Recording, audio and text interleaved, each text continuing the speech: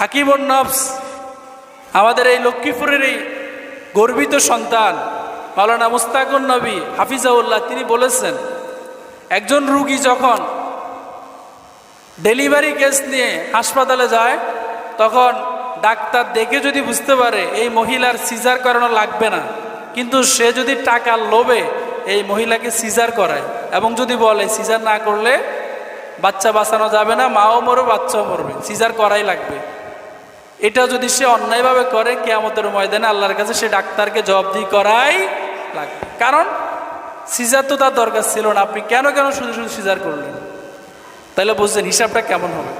আল্লাহ তাআলা বলেন, বান্দা তুমি হয়তো এটা করতে পারো যে আমার ফেরেশতারা যদি বিচার করে তাহলে হয়তো ভুলভাল বিচার করবে, তোমার পক্ষ না নিয়ে তোমার বিপক্ষে যাবে।